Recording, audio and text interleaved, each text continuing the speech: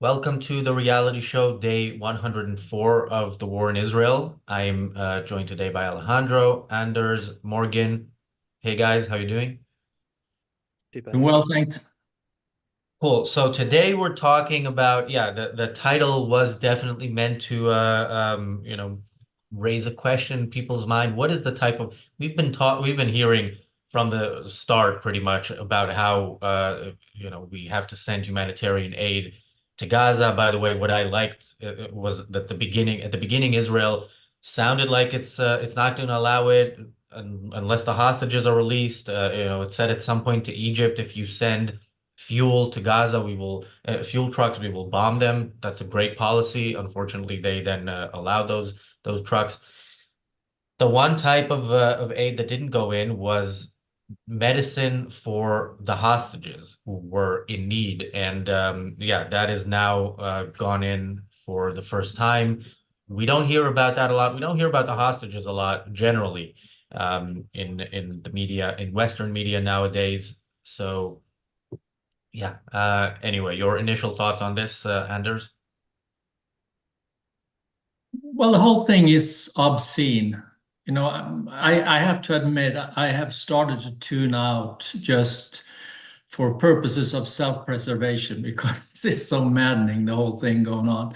And just looking at that article that Morgan forwarded, apparently, so for every dose of medicine for the hostages, there is 1,000 for to be used in at Hamas's health ministry's discretion. And the fact that the Hamas health ministry is even involved in this is, I mean, it's beyond me. And yeah, it's.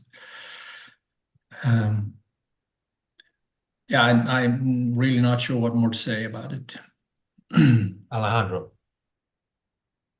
Well, I think maybe speaking from a context outside objectivism, maybe someone could ask himself, like, well, there's a group of people who are just part of the conflict because they are in between. They just are being held in that region and they're suffering, so they will need help. Therefore, why would it be bad to help them or to send them material aid? Isn't it the case that they aren't actually the guilty ones, and that actually they are suffering and that you should help them? I think as this conversation moves along, it would be interesting to think about the concept of need and the concept of its relationship to war. But I think from the outset, I think that one of the ways in which probably all the people here in the panel will agree, and if not, I would like to know their position, is that this is a very specific conflict where basically a set of people, regardless of if you consider them innocent or not, are being used by a very specific government, or I don't know how to call it, to wage a war on a country that's essentially uh, morally right. And if you hold that as your principle, then helping this kind of people will not bring them against the Hamas or at least the government that is correct, which is actually going to deter any long-term help that these kind of people would be able to have. If you and what I'm trying to say is, let's say that you think that they are innocent, that they don't deserve to be in the middle of this conflict. Take a broader look and see that it is Hamas that brought them to that point, and it is Hamas that must go. And one of the ways to pressure Hamas is to people be having trouble right now, so that they can oust Hamas and gain more, and that Israel has more support from inside. Morgan. I think perhaps one of the most well, what seemed to me the most extraordinary detail of the story was that originally the aid which was going to be delivered, Netanyahu had agreed for it to not be inspected by the IDF. And then after there was a bit of an uproar about it, he just changed his mind. But why on earth would he have agreed to that detail? Surely, if that's on the table, surely you insist that it's inspected. Like you want to know what's going in. You want to make sure that what's going in isn't going to be, if you're allowing things in, you want to make sure what's going in is going to be of minimal use to Hamas as possible. And you want to maximize the degree to which it's going to just sort of women and children, ordinary people. Whatever we say about the guilt on the channel, if it's going in, you don't want it to be helping the soldiers. You want it just to be helping non-combatants. That's the best situation you can hope for. And for some reason, he didn't think to insist on this until he was pushed. So I think it has a lot to say about Netanyahu. And I think we've already kind of concluded that once the war's over, he's going to be roundly thrown out of office. And this is just more material, really, to justify that happening. At least he insisted on it being inspected eventually, but that really wasn't good enough. And then I shared the sentiment Anders felt that there's going to be 1,000, I think, was it for every box that was delivered to the hostages, 1,000 had to be delivered to the Red Cross hospitals in Gaza. I think the role of organizations like the Red Cross in this needs to be seriously criticized as well. Maybe we should do a whole episode about that. But yeah, I thought this episode was just pretty typical, fair in a sense of what's gone on in the war, and just more inversion of moral priorities, more poor leadership for Netanyahu in many respects. So yeah.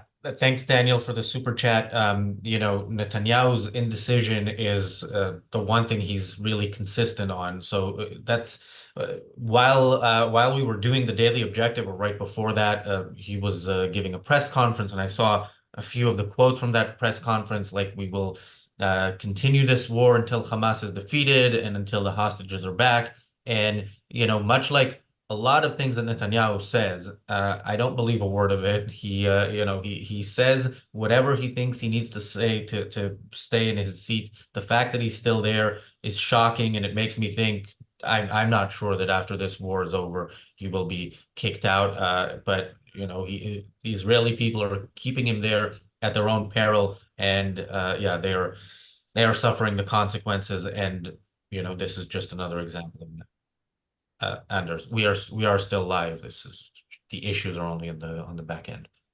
Okay. Yeah, so I want to piggyback on what Alejandro said. What the world keeps forgetting, and what the media, what everyone except for us and a few more keep forgetting, is that Hamas could end this tomorrow by just leaving power, giving up, and this is all still on Hamas, and that is being forgotten due to philosophy, due to politics, and such is such a tragedy, and such an inversion of morality, as Morgan said. And I'm not sure what we can do about it other than just keep pounding it home. And I think that is the most important of all messages here, that it's on Hamas. They are responsible, and they can end this tomorrow. Alejandro? Well, I think related to Anders' comment, I would say that probably some people will be persuaded by that, or will agree with you that yes, Hamas can lay down their arms. They can be the ones who end up the conflict. They are the ones who started it. However, and let's ping back to objectivism. One of the most interesting ideas or notions that Rand brings to the table is that altruism, which is the idea that need comes above anything, rights, thoughts, reason, the idea that altruism and irrationality come together. And if you think that and here you see some people that are in need, and therefore anything else will be trumped by that. Anything else that you agree, that you say is going to be less important than the fact that people are suffering. And therefore, any reasonable argument that you could present against them, it's going to move away this fact. Because, in fact, the thing that allows people or pushes people to ask for this kind of succor or humanitarian aid is actually the notion that because there is someone in need and very pressing need, we should just move away any facts and move away any context, which here the context is extremely glaring. And yet people are not caring about this. Morgan? So I wish I remember the name now, but there was some international organization which keeps track of these things this week, which announced that of global, it wasn't poverty, but of global starvation, of rates of people without access to water and so on and so forth. 90 of all that sort of emergency need, to piggyback off what Alejandro was saying, 90% of the sort of worst instances of it are taking place in Gaza at the moment. And what's extraordinary about how this doesn't impinge on people's minds is that very clearly Gaza is ruled by a government, to the extent that it's fair enough to consider them the government, by a government which completely doesn't care for its own people. In continuing to wage this war, which, as Anders said, is exactly what they're doing. They could lay down their arms tomorrow and it could just be finished. They could atone for their crimes. Well, they couldn't really atone for them. They could be tried for them, though. And the people could stop suffering and then aid could come in. And the aid that they're needing is, food, medicine, and water. It's really just basic necessities. And it's necessities, so they need it. It's necessities in the sense that they need it to continue living. But their government clearly doesn't prioritize that. If the proper role of a government is to protect its citizens, to have their rights and interests in mind, it clearly doesn't have that in mind for them. It has an agenda of its own, which is to destroy the Jews. And even in the face of overwhelming odds, and even in the sight that they're not going to achieve that, they're going to continue doing it and continue driving their people into poverty and starvation until there's none of them left. And what the international community expects is that if Gaza's own government doesn't care for its citizens, then Israel has to, even though Israel is the wounded party in all this. And also they forget that very quickly as well. So there's some thoughts for you.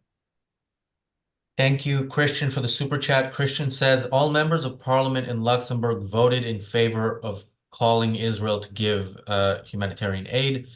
Wrote the MP responsible for the motion because I know him personally, told him about hijacks by gunmen.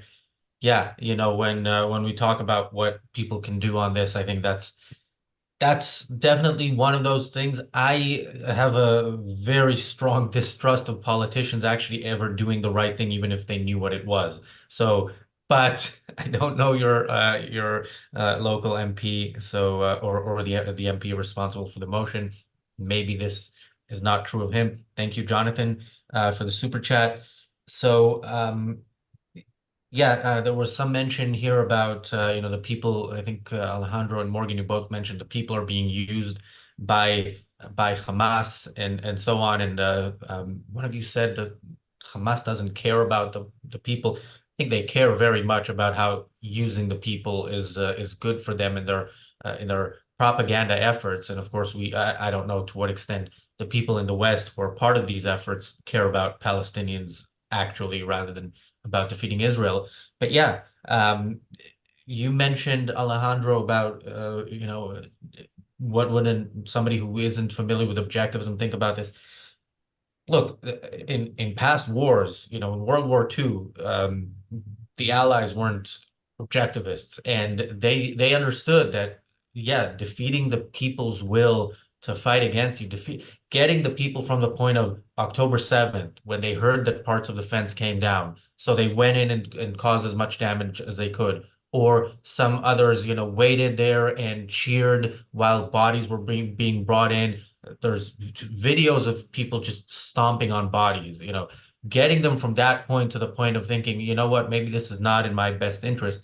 That's a good thing. So the suffering of the people, the civilians, is a good thing in a war, and I think this was understood in the past unders. I agree completely with what you're saying. And, I don't think we, the West or the Allied, delivered a lot of humanitarian aid to the Germans during World War II, or to the Japanese for that matter.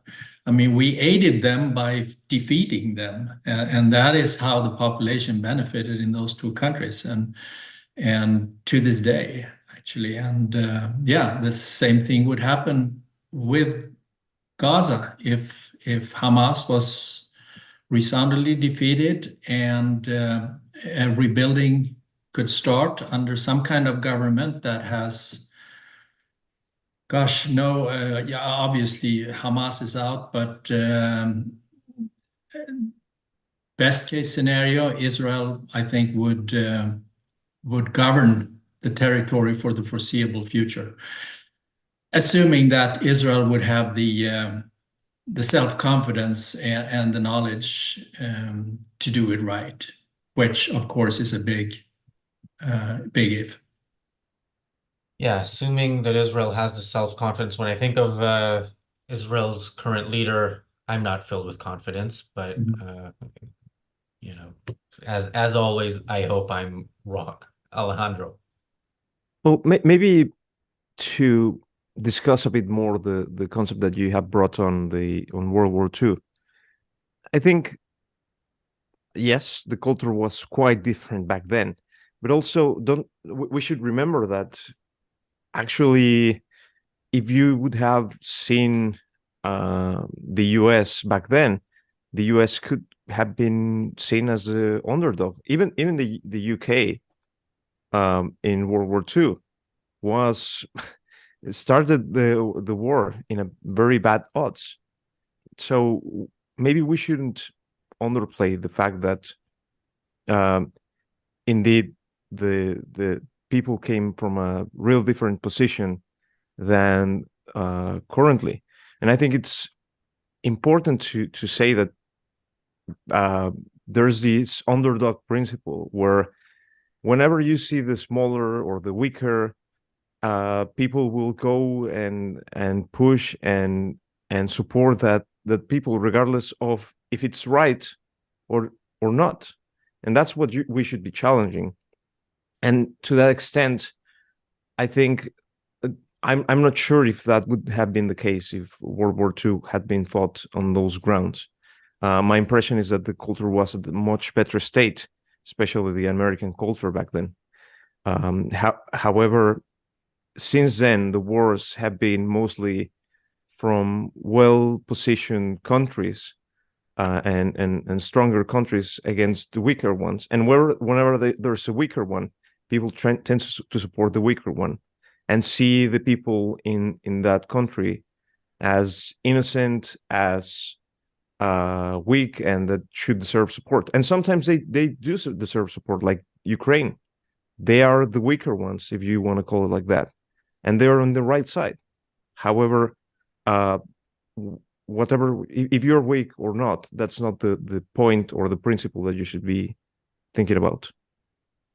Yeah, Ukraine deserves support because they are on the right side, and not because of their relative strength. Although, yeah, they also deserve support because it is in the West's interest for Ukraine to win. I mean, there are wars where one side might be, the good guys, and the other side might be the bad guys, and you actually don't have a government of the US or the UK doesn't have a legitimate reason to take part. I think that Ukraine is one of those situations where the West should get involved. Morgan?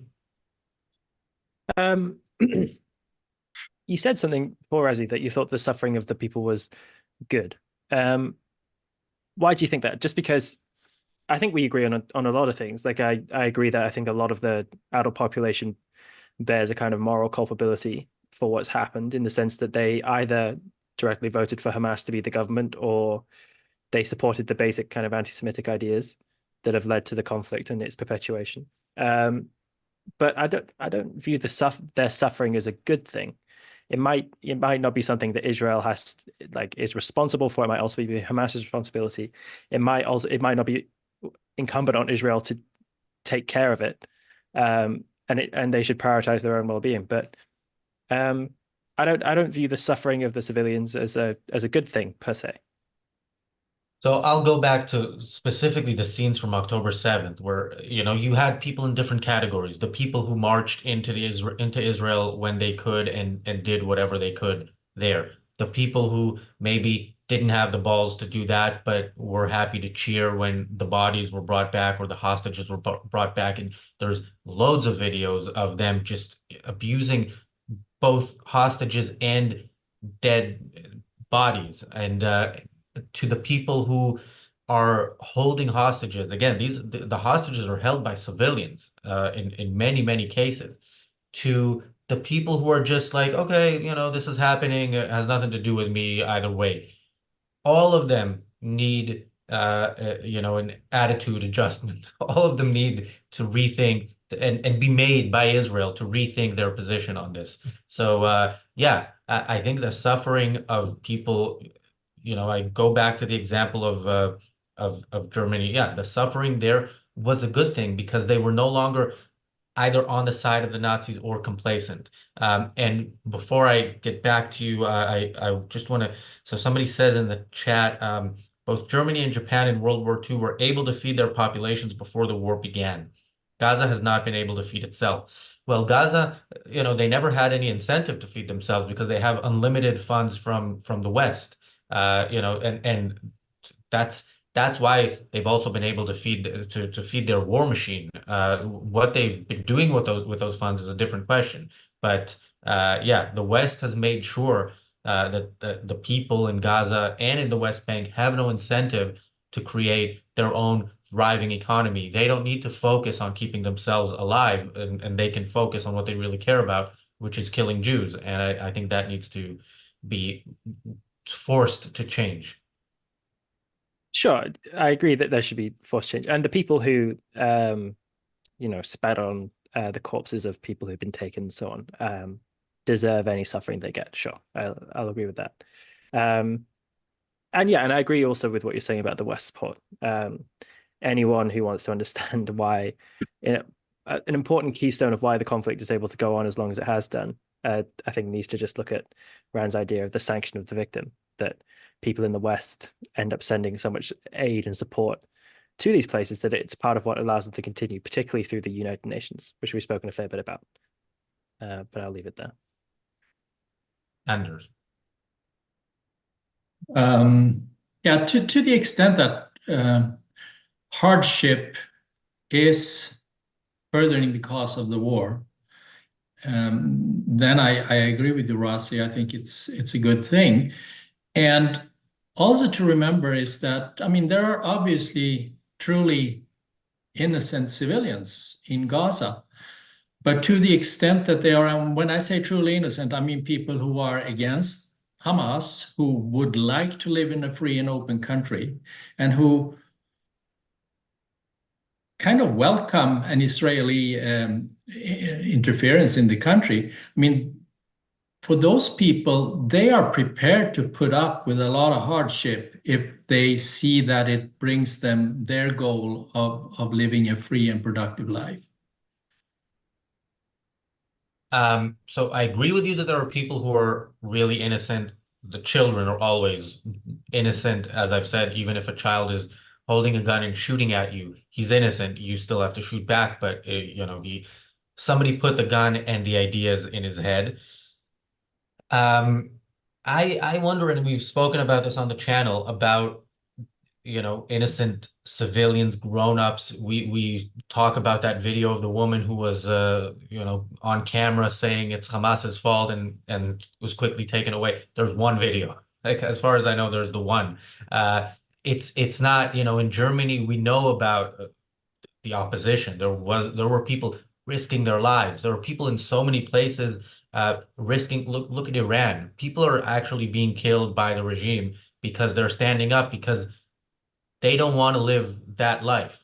In Gaza, it's not much of a thing. Whenever there's anybody standing up to anybody else, and I think it happens more nowadays in the West Bank than in Gaza, it's because they don't agree on the best way to kill the Jews or what the goal is afterwards. Is it a fascist regime? Is it a Islamist regime? So yeah, there might be such people. The fact that we don't see enough of them kind of makes it easier for me. I think if we went to war with Iran, for example, uh, many good people on the Iranian side would die, and we should still do that. But among the Palestinians, they're better hidden if they're there.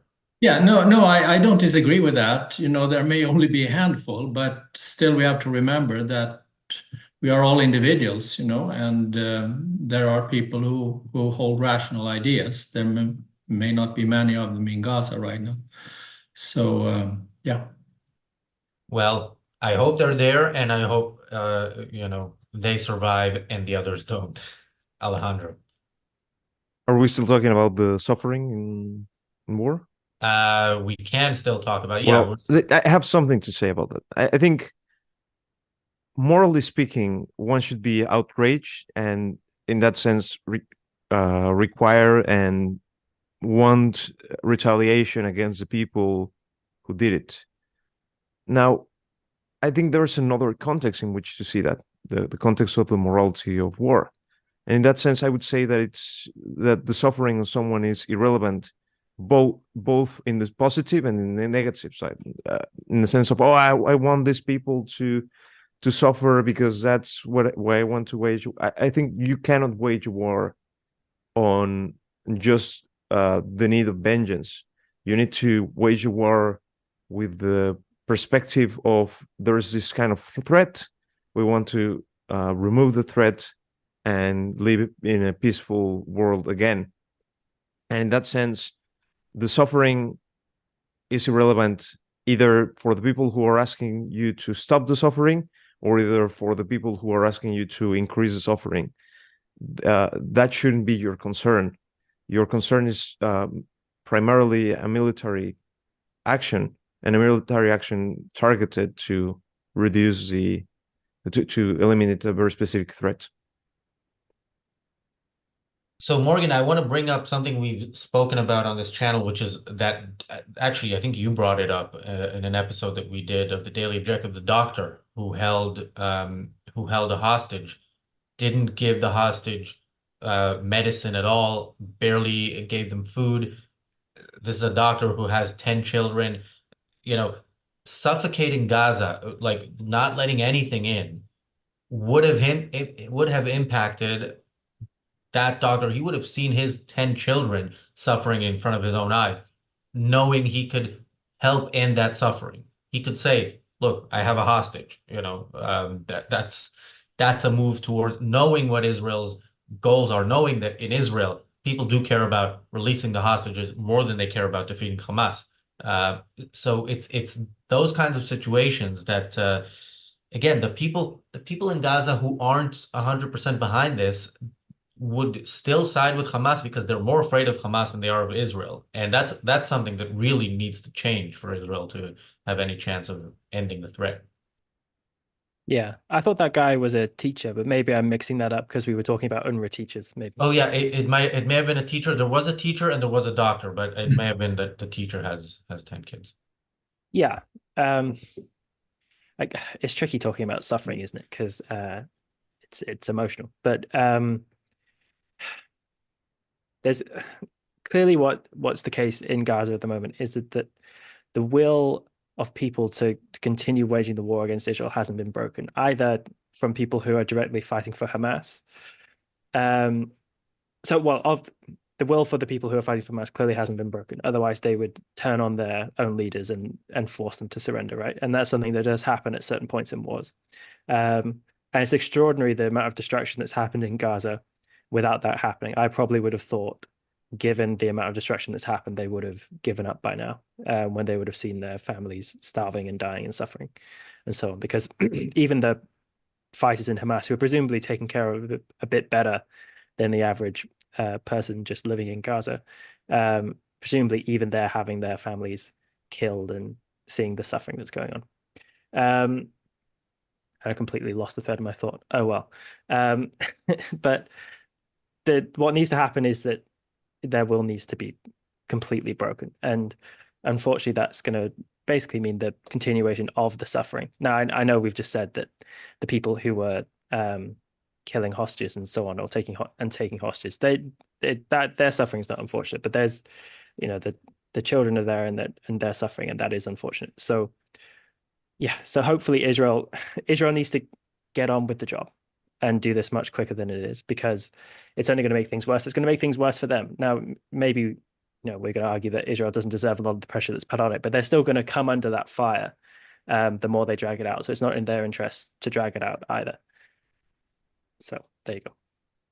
So I mean, there's also the question of how, you know, the soldiers fighting, what impact there is psychologically to them in you know, in terms of morale when they're fighting such a war. So I saw that earlier today the Israeli defense minister was saying, you know, Hamas has been weakened. Great. 3 months and you've weakened Hamas. And he said, but there's pockets of resistance and there's nothing we can do about that. It'll take a long time to you know, defeat those. Anders, what kind of message does that send? What kind of impact does hearing the defense minister say something like that have on the soldiers and on the war effort?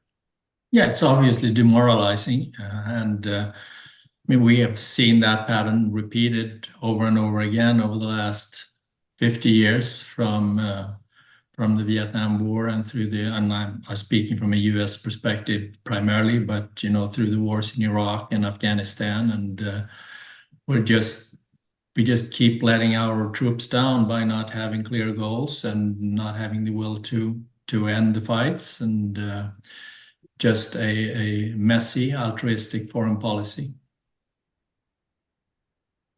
Alejandro. Can we talk a bit more about the issue that this aid will be coming from Qatar, which for me, I think from all the places where you would be receiving humanitarian aid, that would be probably the one that I wouldn't either allow or endorse, aside of coming from Iran as well. Mainly because all the aid, all the control of Hamas is coming from there. Yet they're going to allow it. Like, what is the chance that they will be smuggling weapons, or actually the other kind of aid that Hamas really wants, which is weapons or supplies for their own army? Morgan. Yeah, so Qatar is an interesting country and people's attitudes towards it in the West. Because I think maybe amongst the general population, there's a kind of general disapproval. But I went to school with a lot of people who really liked Qatar, and these are the children of kind of wealthy people, the children of the wealthy kids of wealthy people, whose parents clearly loved Qatar, because there's no income tax. Now, that might be very nice, but I think it means that amongst a lot of the kind of wealthier, slightly more influential people in the West, there's a kind of malaise about Qatar, a kind of reluctance about facing it. I met someone the other day who was a teacher in Qatari schools, and she was sort of telling me, or had been, and was telling me about how wonderful it was, how she wishes she was still there. I asked her what she thought about the Qatari government's practice of confiscating passports from workers who come in and basically ruin their lives, and she told me she didn't really know much about it. It's probably something she should have thought about, but there you go. Do they not report that on Al Jazeera? I don't know how they report it on Al Jazeera. I haven't checked, but we could have a look. But so there's a bit of a, and this doesn't just go for Qatar, it goes for a lot of these Middle Eastern countries, which are really kind of rogue states given a veneer of respectability. There's been a lot of talk recently about the idea of sport washing, about how they're trying to gain a kind of respectability on the international stage through sport and through all these kind of things, right? And it's well known that a lot of these kind of states do this, or have been doing this through the Olympics for a long time. They kind of gain prestige through the Olympics. And when that idea of prestige always comes back to me with Rand's essay, The Monument Builders, which I think people should go read, about the kind of psychology of how these countries think. Anyway, back to Qatar. I agree that it should be a scandal that Qatar is even allowed to be involved in this, in the Committee of Civilized Nations. And that they're kind of gaining a moral kudos from this, because they're the people who are advocating for bringing in the charity, the humanitarian aid, and so on and so forth. Whereas really, it's just because they are anti-Israel and they're pro-Gaza, and that's why they wanted it. It's not because they're bleeding hearts and they just care for the people so much, because they really will treat you quite poorly if they don't like you. So yeah, it's interesting how little criticism there is of Qatar and its role in all this. Yeah, we've spoken about South Africa quite a bit in recent weeks, and yeah, they also bought the World Cup for prestige, and worse regimes than them do this. I'm one of those football fans who actually refused to watch that World Cup because of where it was held, which it's not easy to not watch a World Cup. You only get one of those every 4 years. So, but yeah, I draw the line at totalitarian Islamic regimes. Yeah, by the way, one of the things, since you brought it up, one of the things in the World Cup I remember is the England players were going to protest somehow, maybe wear, I think, an LGBT armband or something, and then they were told they'd be fined, so they didn't do that, but they still took the knee to protest imaginary racism in the West. A couple of comments I wanted to touch on in the chat. One was that Gaza was a beautiful beachfront resort. Look, I've seen those videos. It had its nicer areas. It had its not so nice areas. I think some of the nicer areas are still there, unfortunately. But look, if you win $100 million in the lottery tomorrow, you can waste it all in a week. You can somehow make it work for you for the rest of your life, or you can do something in between. I think that's what they've done with the aid. It didn't all go towards terrorism, but enough of it went towards terrorism that they could keep killing Jews and stay alive. There's a comment. Bibi is trying to prolong the war until he doesn't need to deal with Biden admin's limp foreign policies. Yeah, it's much better when he has the whims and angry moments of Trump, who probably still remembers that Netanyahu called Biden to congratulate him for winning the election. Yeah, Trump was president for 4 years. If Trump was so pro-Israel and that was what Netanyahu needed, he could have done whatever had to be done back then. I don't trust Netanyahu at all. And yeah, I hope America gets a pro-national security president rather than a angry child, But 80-year-old wait, child. Trump killed one Iranian. Yes, well done. Yeah, Trump did good things here and there, but the problem is Trump himself, is a dictator wannabe and is again an angry, whimsical person who I don't think we should want in the White House. Anders. It doesn't have to be about Trump. Okay. All right. Yeah. So back to Qatar briefly, and on my sub theme here of obscenities, the fact that the Hamas leadership can still be sitting there and without any pressure from world opinion to have Qatar give them up and such is and on top of that then have Qatar being a broker of humanitarian aid as was mentioned is yeah, it's obscene. Yeah, it's again one of those things that the West is consistent about. America after 9/11 wanted to keep its allies, by whatever tricks of the imagination they could pull on themselves, pretending that Saudi Arabia is an ally, pretending, that Qatar is an ally, and we're paying for that. As somebody said in, I think, 1980, we are never going to live this down, or it would take years, and it won't take years if we stick to those policies. Alejandro. I agree. Morgan.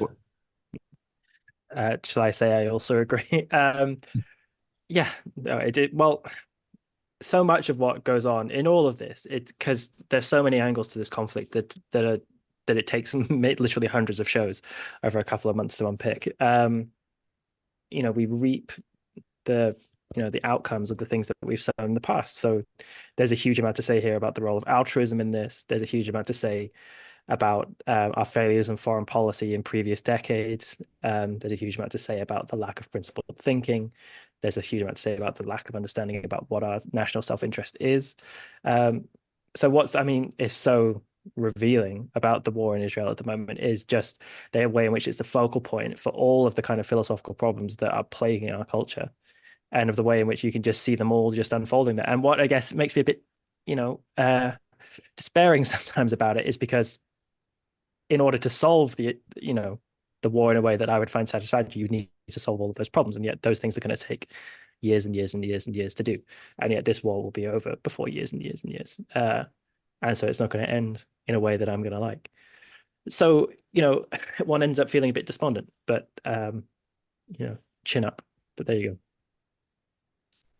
go. So I'm trying to read some of the comments in the chat. There are too many of them for me to read all of them, so it could be that I've missed some good ones. But of course, I never miss super chats. So if you want to guarantee, it's not a guarantee. We're not guaranteeing that every super chat will be read. We've gotten insults in super chat form; those will not be read. But your chances are, if it's not an insult, we will read it. There was Christian said. And there is a comment there that I think is some sort of an angry comment, but I don't understand what it's supposed to mean. But Christian says some point in the future, Razi will be sitting with a cocktail in hand at Gaza Beach, Ayn Rand Center, Gaza. I mean, we are planning a conference in the Gaza Hotel, Resort, and Casino, hopefully soon. I don't drink cocktails. I just drink vodka with nothing else mixed. But I think we can. I don't think you can do that just yet in Gaza, but soon enough, hopefully. Yeah, that's optimistic. I would like to see Israel do what needs to be done. I'm not seeing that. I'm seeing them send aid to their enemies. We were talking right before on the Daily Objective. Those of you who haven't seen it, you should watch it after the show, about whether or not the protests in Israel are the protest against the war in Israel are treason. And Christian, it was you who said in a super chat that it's Israel is giving aid to its enemies. I mean, that is a form of treason. Of course, it's the government doing it, so it's not actually going to be something they will stand trial for. But that's we've been talking about it from the start. It can never be repeated too often, and it can never shock me, too much that this is happening at a time of war when we know what the enemy is, and yet we continue to fund and feed their efforts to defeat Israel. Anders. I really don't have much to add to that. I think you said it well, and yeah. Alejandro. You want to comment on the cocktail or on feeding the enemies? Yes, I mean, you and I have had alcohol together. You know that I don't drink cocktails, but I do think we'll have fun at that conference if Israel does the right thing and clears the way. Well, if we went today, probably we would only have Molotov cocktails and lots of fireworks. I prefer a more calm kind of amusement, but maybe in the future. And regarding helping the enemies, I completely agree. We shouldn't allow that, and any government that is doing that is actually treasonous. Yeah, and by the way, for that conference, we will not be requiring any United Nations humanitarian aid. We don't need the American taxpayers to fund it. We'll be self-funded, although your super chats will help make that happen on our end. For the rest, you need to get the Israeli government to do what needs to be done. Morgan. I don't have too much else to add on the substantive issues either. I hear that in Gaza you can get quite a nice goulash, but I don't know what else you can get there in terms of cocktails, and probably not for a while yet. So we'll see. But I do like cocktails, and I don't particularly like vodka. So Well, on behalf of the people of France, I'm offended by your disapproval of vodka, but France, do uh, France make a lot of Grey Goose vodka? is French. It has a Oh, French flag on it. there you go. But yeah, so any last thoughts on this? Well, not necessarily the Gaza conference. I think we've exhausted that. But anything else? Although if there's something we missed, let me know. Anything else, Anders? Well, just to clarify that we've talked about humanitarian aid here in the context of the war here in Gaza, but obviously humanitarian aid as such is not necessarily bad. It would just be that if we look at our shining city on a hill, a future society, there would be a separation between government and humanitarian aid would be taken care of by private individuals and charities and such. I mean, that's a valuable addition to any society. Now, I think that humanitarian aid in that future society will play a lesser role because it will be more wealthy, fewer people will need it, and also those who will need it, there will be so much money available so that nobody will lack for food and shelter and every convenience in life. Alejandro. Yeah, and I think that's a great point. One of the core, and related also to the point that you were making, Resi, previously, one of the core obscenities about humanitarian aid in today's world is not only to whom it is given, it's also the fact that it was taken from people regardless of whatever they thought about the aid. Basically, a lot of this aid is taken by the government, some of it's NGOs, but I'm specifically talking about the government aid. It's basically taken by the government or some government-funded organizations, which basically took away money from you, and they said, "Okay, don't that's not your money anymore. We're going to decide what to do with that." And so the people who don't agree, people like me, people like you, with someone like Hamas or people or that money going to that region of the world, it's taken away from you regardless, and it's used it's your production used to help someone that you don't think should be helped and actually could be working against you. Morgan. Yeah, I guess there's almost a whole other show we could do about foreign aid in general. But yeah, I agree that if humanitarian aid is uncoerced, then there's nothing wrong with it. And also, with the future of Gaza, once the war is finished, there's going to need to be a period of reconstruction, whatever that ends up looking like, and there's going to be the need for aid to come in the immediate stage to just relieve the destruction that's going on, and for the people who are going to remain. And so, yeah, so I don't have much else to add.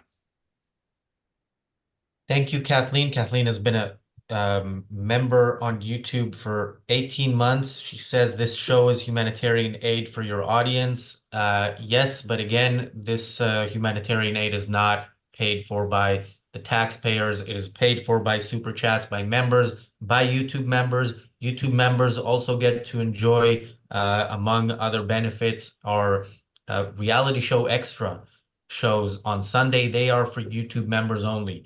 So if you want to watch those, you can become a YouTube member on the channel right here. And yeah, the next one is 3 days away. So if you need to think about it, you have time.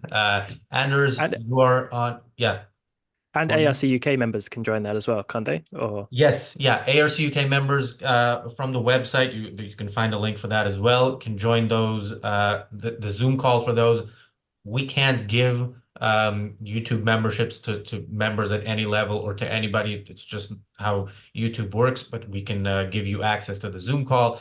That doesn't mean you're going to be on the show. It means you can watch it from Zoom if you are a member and through the website and don't want to become a YouTube member. Anders, you are on Substack. Where can people find you? You can find me on Substack, Anders Ingemarsson, .substack.com, or just type in think right or wrong, not left or right, or my website, thinkrightorwrong.com. And Morgan, you are also on Substack. yeah, the grand name change that was meant to happen yesterday didn't happen because I changed my mind. Terribly indecisive. I had this new banner that looked all posh that I'd edited up in Photoshop and everything, and then I changed my mind. So that'll happen soon. But you can find a link in the description. Yeah, you know, when our other YouTube channel, The Briefly Objective, when we launched it, it was about a year, maybe even longer after we decided to launch it. And a big part of the reason why we didn't is just because we couldn't come up with a name. Names are important, so I understand. Alejandro. Let me market. I don't have any big social media, so let me market the Ayn Rand essays playlist that we did a couple of years ago. It's here in the Ayn Rand Center UK channel. You can see it as a playlist. I did it with James Valiant. I think it's quite valuable. So go ahead and watch it.